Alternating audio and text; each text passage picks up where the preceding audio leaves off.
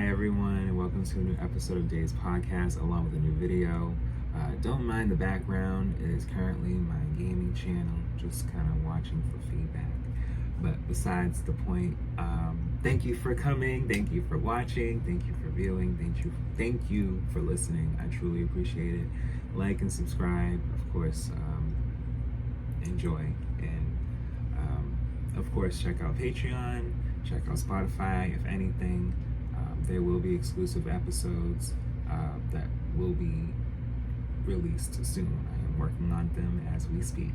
So let's get into this. As far as this video right now, this new episode, we are talking about Brandy's debut album, Brandy. Yes, we are. So I wanted to talk in such an order when it came to R&B women that came out in the 90s as opposed to an already Janet Jackson. I've yet to talk about Whitney, and I only talked about one of multiple albums from Mariah Carey. So we are going to talk about a few people and the receptions of the public, and yeah, we're getting into it. And as far as with Patreon, yes, we will have exclusive videos talking about these people as well, and just what they are to us as far as fans and just their contributions, because they've done a lot in the past 30 plus years. So let's get into it. So Brandy is the debut studio album from Brandy. She was released September. It was released. Okay, well, it could be, listen, they say he, eras, you know, it is what it is. It was released September 27th, 1994. So I was already, September 27th, 1994, I was already 4 years old. 4 months old, I'm sorry. I was already 4 months old. By Atlantic Records. Chiefly produced by Keith Crouch, the album contains a range of contemporary genres, including hip-hop, pop, soul, and R&B. Aside from Crouch, Norwood worked with a range of other writers and producers, including R&B groups Something for the People, Arvell McClinton, and Damon Thomas. Upon release, Brandy received generally positive reviews from music critics, who complimented Norwood's appearance as well as the album's timeless appeal. While the album initially sold slowly, it reached number 20 on the US 200 and was certified quadruple platinum by the Recording Academy, selling over 2 million copies in the US. Worldwide, the album has sold over 6 million copies. So this was a big deal. Brandy was really setting the tone when it came to young black girls. And I want to say this respectfully in a way where it's understood in the timeline. Aaliyah had released her album 4 months prior, and they were close, as well as Monica and her were close. These three girls ran the 90s.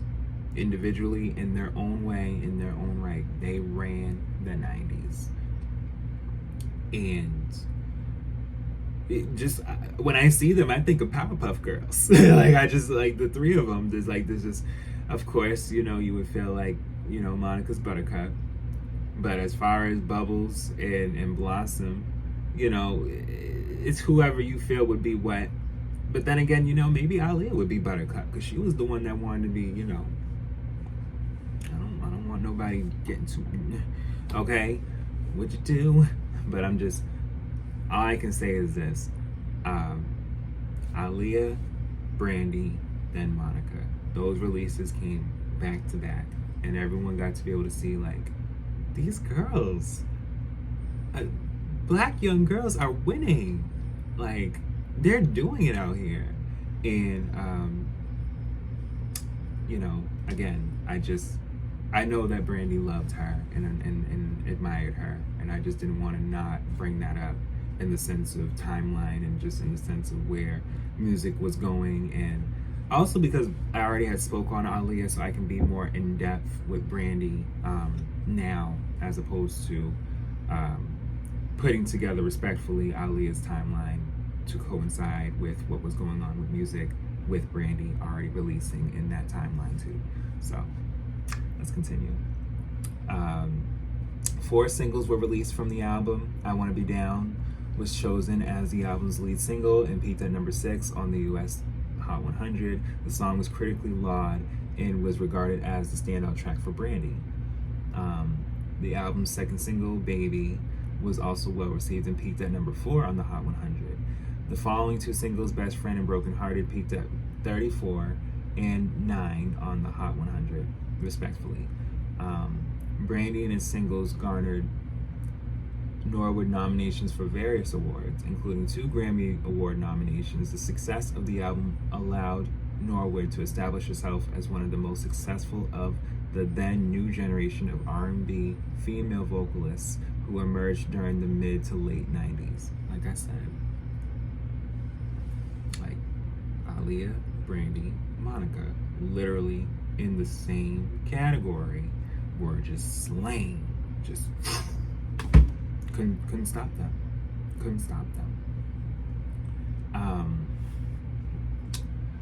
So yeah, let's look at the background of this album. And now, so wait, let's go back. So yes, it was recorded in 1993, going into 1994. So yes, like I said, when Aaliyah released Ain't Nothing But a Number, this was still being worked on. So it's just, like I said, you know, everybody was able to kind of see the fact that there were young Black women emerging and authentically being themselves. And that's what I respect as far as for all their music. A lot of people like to get into the drama of things, and I don't really see drama going on when it comes to these women. Though, of course, it's been already transpired, it's already been just handled. But by the second album of Monica and Brandy alike, there was some feuds. I wouldn't even say feuds. There was a feud, allegedly. But it's all over now, you know. And the thing about it is, again, in the midst of her first album, there was so much that she was proving, Brandy, and she was making sure people knew, like, I'm a vocalist, like I love to sing, you know, I love to perform, that's just the beauty of these women in this album as well. Just they loved what they do. They still love what they do. Yeah, so in 1990, Norwood's talent led to a binding oral contract with Teaspoon Productions, headed by Chris Stokes and Earl Harris, who obtained her gigs as a backing vocalist for their R&B boy band, Immature. So, Brandy knew of Immature from back in the day. I'm kind of reading this and kind of learning as I go, but yes. The agreement also called for Teaspoon to represent her in an attempt to secure her a record deal. Norwood first auditioned for Atlantic Records when she was 11 years old. Unfortunately, the executives at the label turned her away as they felt she was too young and urged her to come back when she turned 14. So, a lot of times, people wanted to have a record deal at a younger age that was similar to Michael Jackson, because they would already have that stamp of I'm out, as opposed to I'm growing and I'm here. And so a lot of times people have that sense of where they're like, no, you know, you're ready, and then you realize maybe a few years later, no, I wasn't. You know, I needed more to do. And that's for pretty much all artists. Like, all artists need their time to kind of just get themselves together. Coincidentally, on the same day, In 1993, Teaspoon Productions had negotiated a deal for Norwood with Eastwood Records, while her parents organized a record contract with Atlantic Records.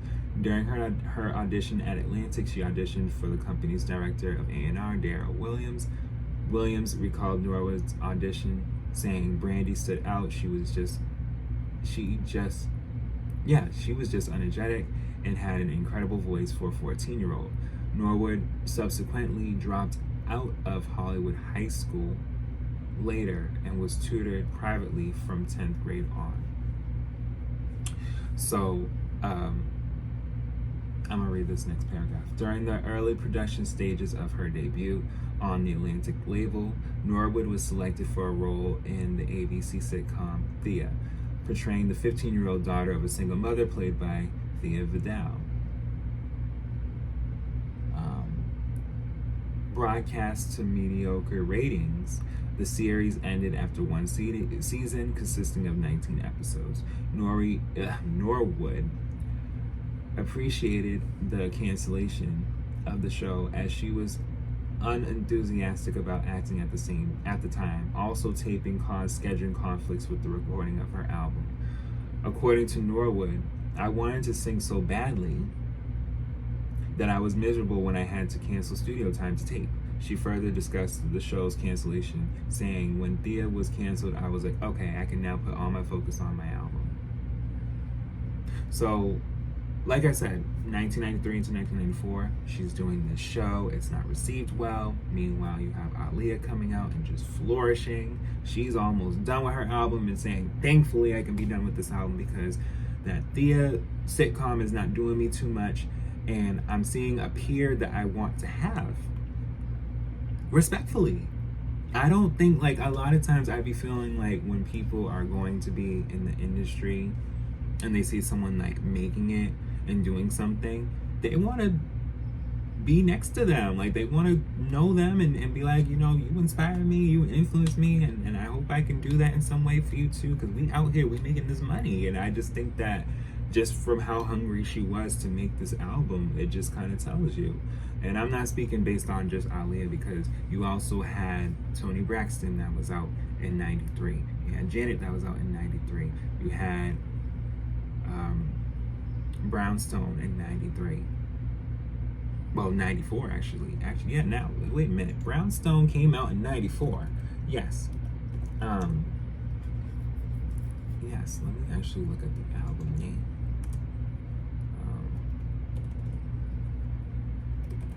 It's just, yeah, R&B group Brownstone. Yeah. Let me just make sure I tell y'all which album came out when. Yes. Oh, so yes, January 10th, 1995, Brownstone was coming out. So Brownstone was in the mix. I'm trying to think of art. Like, 94 was 30 years ago. Was just a big deal for releases. You actually had rappers coming out like Nas, and you had Biggie coming out, and then, you know, there's an emerging Jay-Z, there's an emerging DMX, there's an emerging well, not even emerging, there's, you know, Wu-Tang Clan, there's all these different people coming out musically, and not even in just those genres, like with rock and pop music too, and like I already said, Michael was coming out within a year of this. So it was just like everybody was coming back and was doing something or coming out. So, you know, you're going to hear me say that a lot in putting other people in perspective with those same with those same releases, because that was the time. That's what would show as far as for releases, how things were going and what was the public taking in, what the public was not. It shows. But yes, to get back to what I was looking at here. But yeah, Atlantic consulted relatively unknown then 21-year-old writer Keith Crouch, nephew of gospel singer Andrea Crouch, to work on Norwood on the bulk of the throwback funk soul production of the album. In a 2012 interview with Vibe, Norwood elaborated that her collaboration with Crouch was very important for me as a young artist. At the time, he was not trying to be like anyone else on radio. He was all about his own sound. He gave me real music. He didn't give me teeny bopper records. It was age appropriate, youthful records, but it was also still real music. We had a great connection. Crouch would go on to work on 50% of Brandy, setting much of the tone of the album, with 4 from his 5 tracks becoming singles. While recording of her vocals with him, Brandy was inspired by several singers, citing Whitney Houston and gospel group the Clark Sisters as major inspirations, particularly sorry y'all. Pretty much particularly, I can't even say that word. That's wild. From the song Moving On. However, she struggled to identify with some of Crouch's material at first, especially on Baby, whose lyrics made her feel afraid of not being old enough. While Crouch would provide the core sound of the album, Norwood also worked with all-male R&B group Something for the People on several tracks, including Sunny Day, Give Me You, and I Dedicate. The latter of which was later split into 3 interludes. Damon Thomas co-wrote I'm Yours and produced Love Is On My Side. And then 16-year-old Robin Thicke scores his first co-writing credit on the latter. Robin Thicke knew of Brandy from Love Is On My Side. So Robin Thicke been around for 30 years plus, y'all. And 16 too. Like, he was a little older than her, but he was right there. Listen, the things you read on. So yes, let's look at the critical reception. It was positive. Eddie Huffman from AllMusic, this teenage R&B singer hit the top 10 late in '94 with I Wanna Be Down, a representative track from her solid debut album. Brandy knows her way around a hip-hop beat, layering tender, tough vocals over spare arrangements like a lower-key Janet Jackson or a more stripped-down Mary J. Blige. Good songs with crisp production make Brandy a moving success. In 2007, Vibe rated Brandy among the 150 most essential albums since its launch.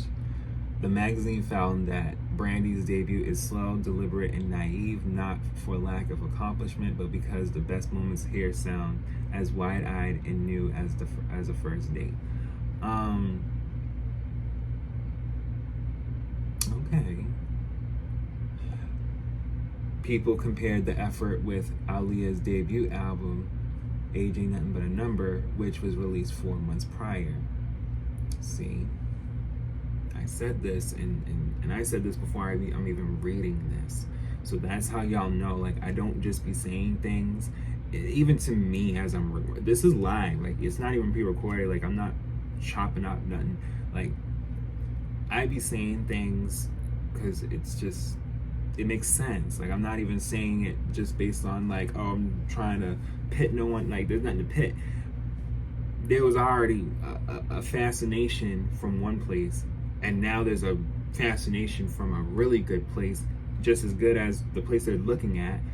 And then there's, again, another fascinating, like, there's so many different things that was emerging in the 90s that I wasn't saying that for no reason, is what I'm trying to say.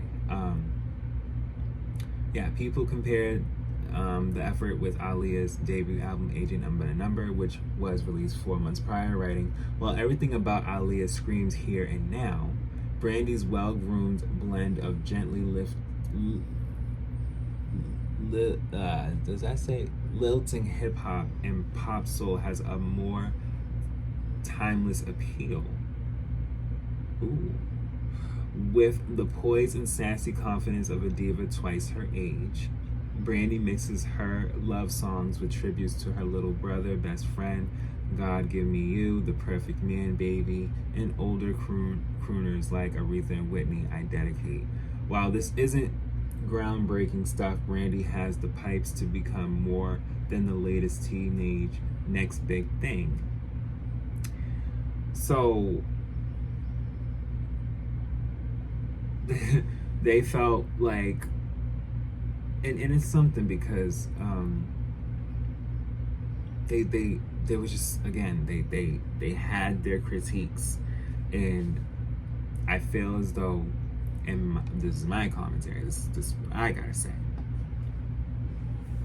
Aaliyah is Aaliyah and Brandy is Brandy, and they stand out on their own, like I already said, and you know, this comparison, like just saying like, oh well, Aaliyah screams here and now and Brandy gives more timeless music. It's like,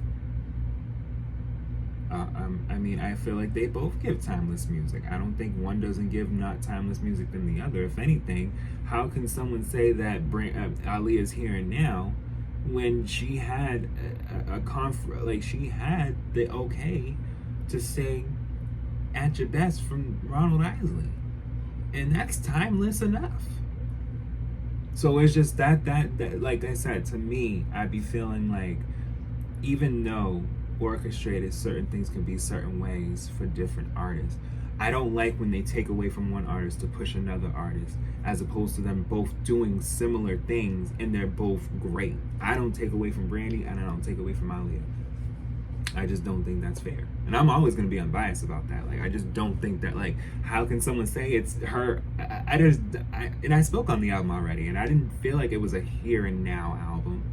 And I don't feel like that would be like that for Brandy's Brandy. Like, I think that they both did well, honestly. Yes. So yeah, commercial performance, like I said, Brandy debuted at number 94 in Billboard 200 for week ending October 15th, 1994. In its 25th week on the chart, it peaked at number 20, remaining on the Billboard 200 for 89 consecutive weeks.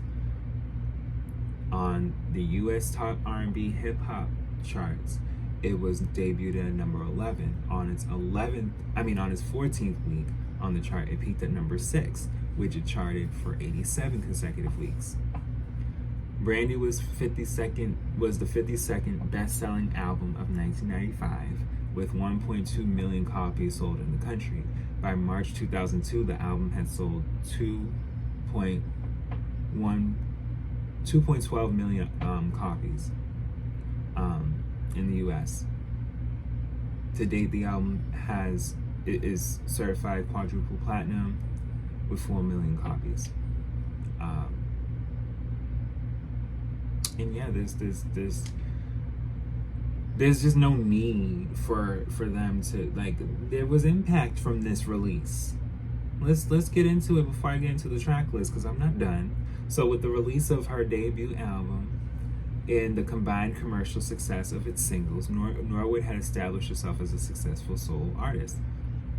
The album had led her to successful endeavors before the release of her second album, Never Say Never, which was in 1998, which we will talk about, including a joint tour with vocal group Boyz II Men, songs landing on successful soundtracks for films such as Waiting to Exhale, Set It Off, her first starring TV role in the sitcom Moesha, and starring as the first African American Cinderella in 1997. So, like I said, I don't take away from no artist. They're all great. And I said that in the midst of me starting any of these videos way back a few months ago. So, wildly acclaimed, Brandy was named one of the 50 best R&B albums of the 1990s by Complex. American neo-soul singer Erykah Badu revealed on Twitter that her debut studio album, Baduism, was partly influenced by Brandy, tweeting, "Brandy's first album was one of my inspirations when writing Baduism. I love that album. Songs I like were I Want to Be Down and Always on My Mind. Nice." Fellow neo-soul artist Jill Scott particularly praised the songs Sunny Day and Always on My Mind, saying, "I listen to her shit all the time." Pop group Carmen's song Broken Hearted was inspired by Brandy's song of the same title. Canadian recording artist Drake sampled all 3 parts of I Dedicate on his 4th studio album Views for the song Fire and Desire. Gospel recording artist The Walls group covered the song Always on My Mind, turning it into God on My Mind. So it's a great album. It's a legendary album, and I just feel as though when, like I said, just depicting critics, you really can see like this is how people really be feeling. Like this is what's going on. Like I don't know. It's crazy. But the track list, let's get into that. Moving On, which is number 1, Baby, which is number 2, Best Friend, which is number 3, I Want to Be Down, which is number 4, I Dedicate Part 1. So by track 5, you know, you're already getting a good feel of who Brandy is so far. Just, you know, she's just giving you song to song, like just going off. And I Dedicate was just pretty much her just showing the sense of just singing and letting her fans know like this is for you. Track six is Broken Hearted, which is a really good song, really great song, and it was remixed with her and Wanye. And then there's I'm Yours. Then there's Sunny Day, which is track 8. Track 9 is As Long As You're Here. Now, I like As Long As You're Here. As long as you're here. Yeah. Track 10, Always on My Mind. Then 11 is I Dedicate Part 2. And so when it gets to Part 2, you notice more vocals coming out, and she's kind of bringing you into more vocal sides of the album before it's coming to a close. Love on My Side, which is track 12. Track 13 is Give Me You. And then track 14 is I Dedicate, which is part 3, the final track. The bonus Japanese track is I Want to Be Down, which is the remix with MC Light, Queen Latifah, and Yo-Yo. So in Japan, they got to get that extra track. So I know that made the album feel a little bit more complete for Japan. Because over here, we didn't get that. That was just a single. We had to buy that separately. Okay.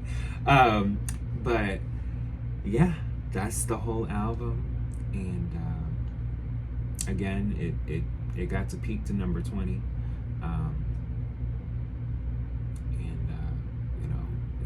It didn't get to chart as much overseas, but from her next release, Never Say Never, which we'll talk about, different story. But yes, I hope you guys enjoyed this video and episode. I truly appreciate it, and thank you again for listening and watching, and I'll be back with more.